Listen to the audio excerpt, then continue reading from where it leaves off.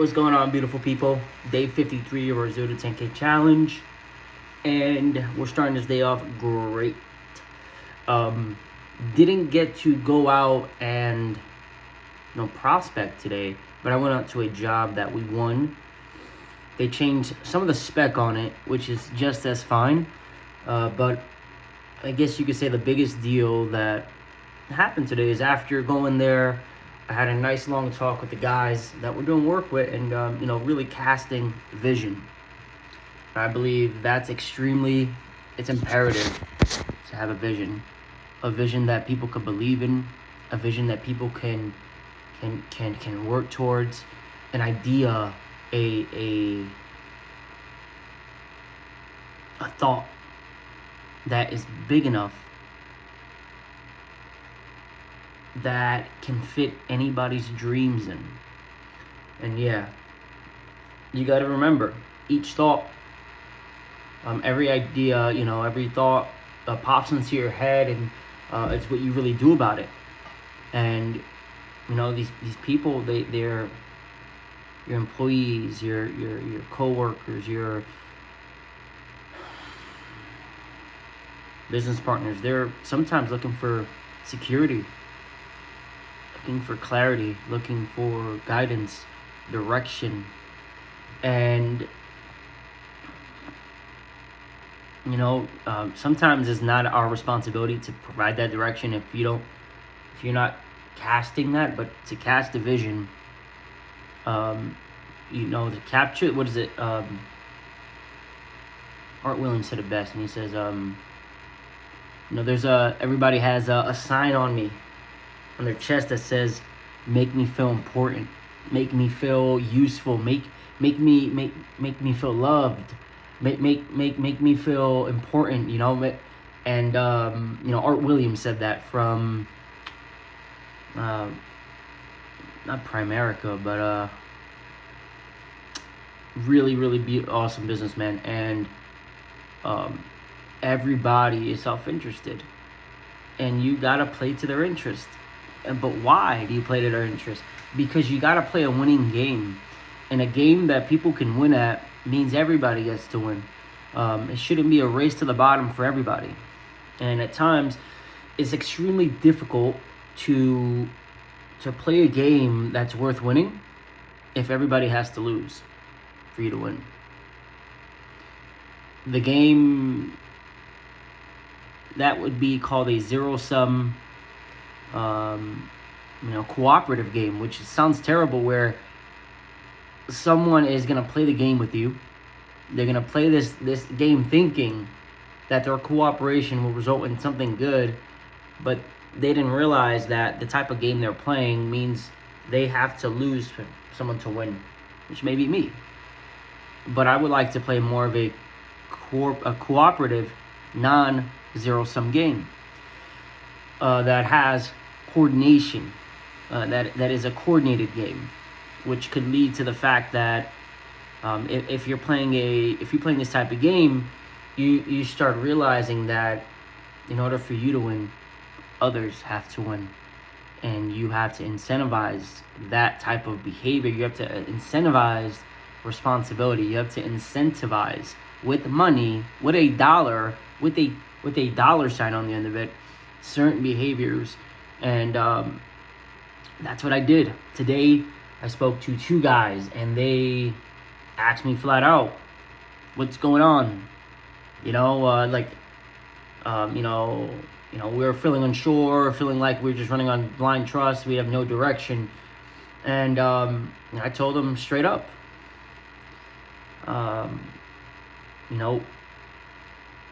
we are trying to build a business that works, but we have everybody working against us.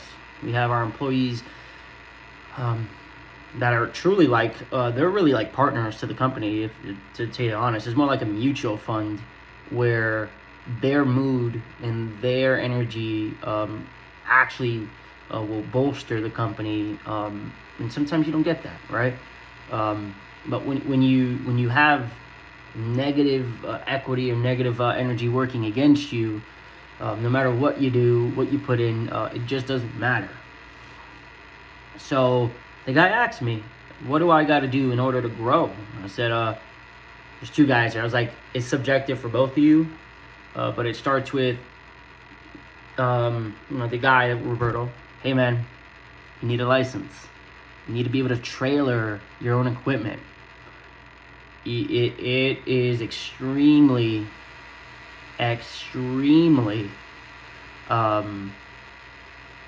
annoying and disadvantageous for someone to have years of experience and to be a layperson or a laborer in this company, but want to raise. And I'm sorry, there's no room in this company for people that want to remain laborers with so much experience. So I need from you, I'll pay you. Like we'll give you $1. Oh, what's it? Hey, it matters to someone. Get your license, and you're gonna be trailering for us. And he said, oh, I'm gonna get it next month. Okay, well, in order to grow here, you need to be responsible for your crew, your job, and it's a burden that we all carry together. It's not something that I carry your burden, and because it's convenient for you, you can use company vehicles without a license, creating a massive amount of liability for us, just so we could appease you. No, the truth is we require things, and we'll pay you, but your responsibility comes with a dollar tag attached to it, and that's what we demand of you. And I said the same thing to the other guy. Hey, you need your license, dude. You need to be able to drive. You know enough that we could send you out and do a job. But we can't do that because you have no license. So you're truly a liability. We need you. His name is Diego. I said, Diego has his own crew because Diego knows what the hell has the qualifications to do the work. That means that Diego would take his 1 or 2 people that he's responsible for and take his crew, his materials, know his deadline, look at the schedule, be able to manage his manpower, manage his deadlines, and get it done. And they wanted a little bit more elaboration. All right, so I went further into detail, and I told them, you got to give a crap. He says, what do you mean? How do you think the flake for the epoxy gets to the shop? You think it's magic? No. How do you think it gets there? Oh, someone orders it. Okay. How do you think the concrete medic and the stealth and the inventory gets there? Is it magic? No, it's because we're responsible. And if you don't do it, we do it. And he then asked the question saying, but isn't that your job? I said, no, my job is to be insignificant. My job is to pick up the slack for what people don't want to do. And at times, if you don't pick up that slack, if you don't stand up, if you don't step up, if you don't want to be a leader, I become that leader, and I will also outsource him.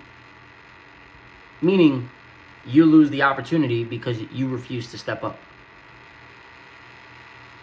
Oh, no, hey, like, we won't have a company if we just allow you to coast and, get by. And I asked him, you got in the truck today, right? We just got here, and then once we got here, we asked the hard questions, whereas, we didn't have gasoline in the generator. Okay, and we didn't have a propane tank. Okay, and that goes back to giving a crap. You have to just care just enough to spend the 2 minutes it takes to do it. And since I was the leader there, what I did was I went to the gas station and filled up the gas tank, filled up the gas barrel, and filled up the generator. I went to the shop, because I messed up and I didn't get it at first. Didn't check. And I brought the propane tank with me. And that's what it boils down to. It's those little things that you're relying on someone else to do it. But the truth is when you get to a job, you didn't think about the flake that you needed. You know, when it comes to a residential job, you know, the only like, you're truly not bad, right? It just is what it is. Like, you didn't think, like, you're leaving the details to someone else. And that's what they do. Oh, that's, you know, XYZ. Oh, you know, that's someone else's responsibility. Well, no. And the problem is, when you don't share the burden becomes someone else's problem. And when it becomes someone else's problem, they're going to solve it how they know how. And that means if all these things that you don't want to take on have now a dollar attached to it, have a figure. They and then there's leadership, and then there's scheduling, and then there's maintenance for vehicles, maintenance for cars, and all this stuff. And it's like, you know, if you don't do it, we have to hire someone that will. And you cannot be upset with the fact that this stranger from outside gets to come into the company and earn more than you because he's willing to step up. And I guess they understood. And it was like, the guy asked me, and I told him, hey, I told this guy that he's a pawn in this game. But the truth is, I'm a pawn too. And we're all pieces on a chessboard. And as much as I want to say that I'm important, I'm insignificant on this board. Truly. I'm insignificant. I don't care about being the guy. I don't care about being, the face. It doesn't matter, right? Why doesn't it matter? Because without everybody's collaborative inputs, my input means nothing. Absolutely zero. So I told him, you could be any piece on this board that you want. I will reward responsibility. If you do not want to be responsible, you will not reap the rewards for bad behavior. It's that simple. If you want to be this, you want to be great, you want this money, I'll give it to you. I promise. I shook his hand. But it comes with responsibility. It comes with you sharing the burden. It comes with you taking responsibility for a certain set of tasks. That means you're responsible for the inventory. I'll give you $1. You manage all inventory. Sundries, chemicals, and every 6-month inventories. And that may even boil down to more stuff. Things like that. Like that's but that's his responsibility now. That means he can boss anyone around saying, hey, we need to order this, and it's gonna get ordered. Yeah, like that's what it means. And it's like, he asked me again, isn't that your job? And I said, no, my job is to fill the roles of things in this company to make things easier, better, and more streamlined. If you, for instance, are able to take that off of our load, you're gonna be rewarded financially for that. If you're gonna handle all scheduling, we'll probably give you another $1.50. Oh, okay. I was like, and I promise I'll shake your hand on this thing. And if you want to do a little bit more, $1.50, $1.50 instead of $1, dude. Like the guy's like, so then he starts seeing, and it's like, dude, like, you gotta understand, you create bandwidth for the company. Your decision to give a crap bleeds out to us now saying, cool, this guy's managing schedules, this guy's managing inventory. Cool. Now we need another person managing ordering, keeping this train going. That may mean the inventory guy now becomes the ordering guy. You see, now we have a self-fulfilling prophecy where systems assist. People fill the gap where it's tough. Then I told him, hey man, you fill that role. Cool. That is my job. But I don't like my real job is to become insignificant. It is to become irrelevant to this business working the way it's supposed to. Irrelevant. To be honest, I'm just the pawn. I'm a pawn that can move up and down. And people don't realize that they are the rooks. People don't realize that they are the bishops, the knights, the kings, the queens on the board. They don't realize the position that they play. Which is why it's so important for people to step up, right? So it truly doesn't matter what piece I am, because I'm willing to make myself completely insignificant for the greater the company. And that leads us to a better deal, because in order to even create an asset that's worthy of buying or selling, it has to work regardless of its inputs and the person that owns it.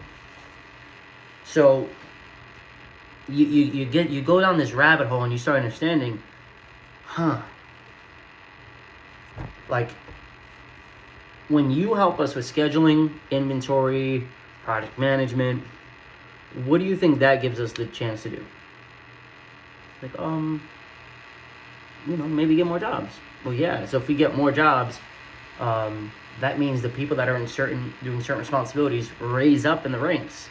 And now we open up different departments within the smaller company, because it's a small business. We can open up a sales department, like truly just sales teams.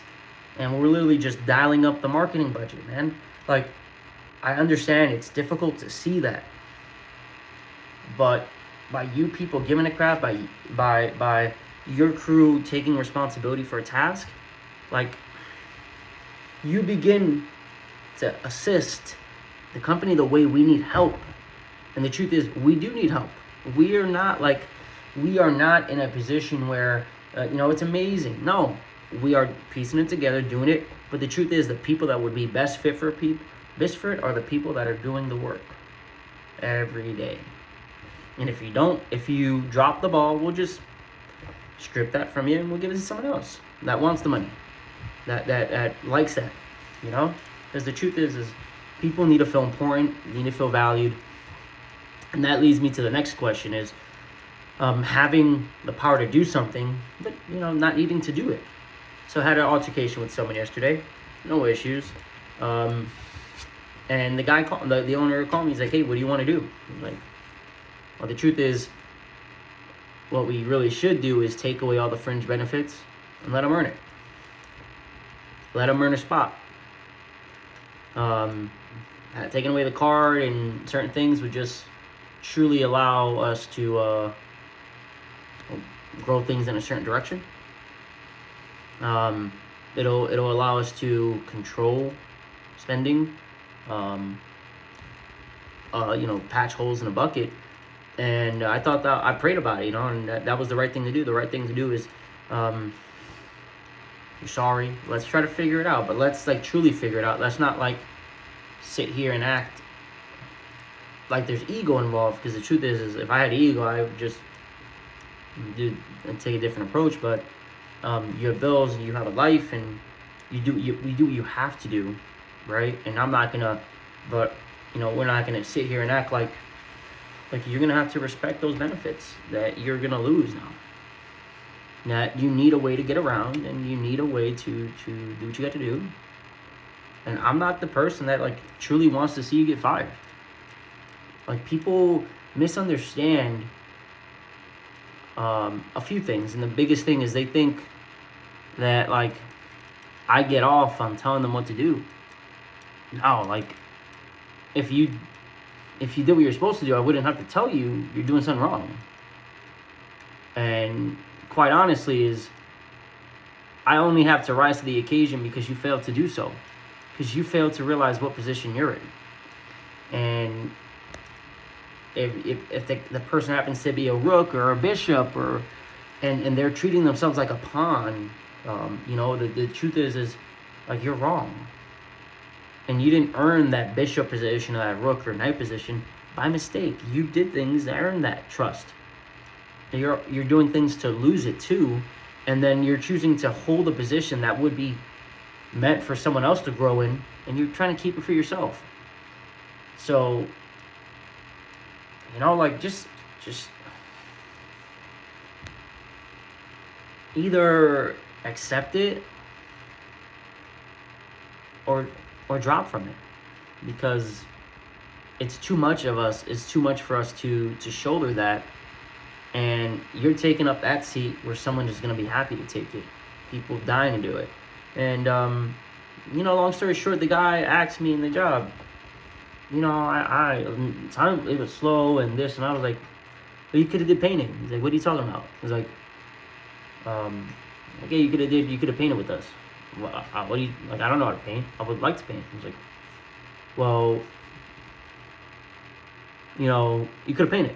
He's like, I was like, but, Paul didn't tell you. He's like, but how is that Paul's responsibility? Because you live with Paul. Like, well, I'll tell you why. I'll tell you, it doesn't matter. Well, it's not my responsibility. Like, I don't give a shit whether it works out for you or not. All right, but even though doing this, because I care just a little bit more than somebody else, just to say, if it's slow, you should go paint. But guess what? Your buddy that you think you're trying to pit me against, you're trying to build a story around saying that I'm this type of person. The truth is, why didn't this guy ask if you could paint? Why didn't he offer it if he knew you needed the money? Because he was self-interested, and he didn't want to lose that for himself. And that's what it boils down to. It boils down to that. Like, dude, I care enough to tell you is, if you need the money that bad, you could have asked to paint. But the only reason you found out is because of me, even though Paul went to go paint. And you didn't know that you could have asked to paint and get the hours, have a little bit of offset instead of having no time. And he was a little upset, visibly. It's like, I'm not here to pitch you up against anybody. I'm here to tell you the truth. And the truth is, if you were to not be so offended by my tone and how I say things, and just like looked at what I said, like, just as for face value, you'd see that I'm only helping you. All that I've said to you is beneficial to you, not to me, to you. And when I told you that you were useless before, like, yeah, man, that's mean. And maybe it hurt, but the truth is there is some truth behind it. And like, to accompany a person that can only work while being, like, you have to be watched, you need someone there to watch their actions. You're a bigger liability. You cost too much, because now I have to stop what I'm doing to watch you when you know what you're doing. You just need a little bit of visibility because you're unsure. So the guy's changed, it's much better, but the chain of command changes. With responsibility. You grow skills, you get competent. I told him, you're so silly. You come here and you act timid, but all these people in this commercial site, you should be shaking their hands, getting to know them. You should be exchanging numbers. You should be sharing your story, because you never know where it's going to lead, whether you're here with us for another year, 2 years, 6 months, 3 months. Like, you'll see these people. You may, like, and that's just what it is. Like, you don't know where your edge is going to come, but you gotta, like, give yourself a damn chance to get an edge, to get that point. It's like, and, after that talk, and, even telling Jay, like, man, like, let's just hire him back, like, but it's just going to be a strings attached. Hey, this has nothing to do with love, but bring him back, and, no card, and potentially not a lot of benefits, and that's just what it is. And like, hey, dude, like, you need gas. Well, like, if that truck is moving for work, sure, we'll pay for it. But if it's not moving for work, well, that sucks, doesn't it? Is it moving for work? Is it not? If it's moving for work, then I'll fill it up. But you start losing these benefits because you don't respect them. You're asking for a raise, and you're you have well over $15 an hour in fringe benefits. Close to $300 a week in gas. A week. Dude, we're in the town. So, with that being said, beautiful day. Stay tuned for tomorrow. Bye-bye.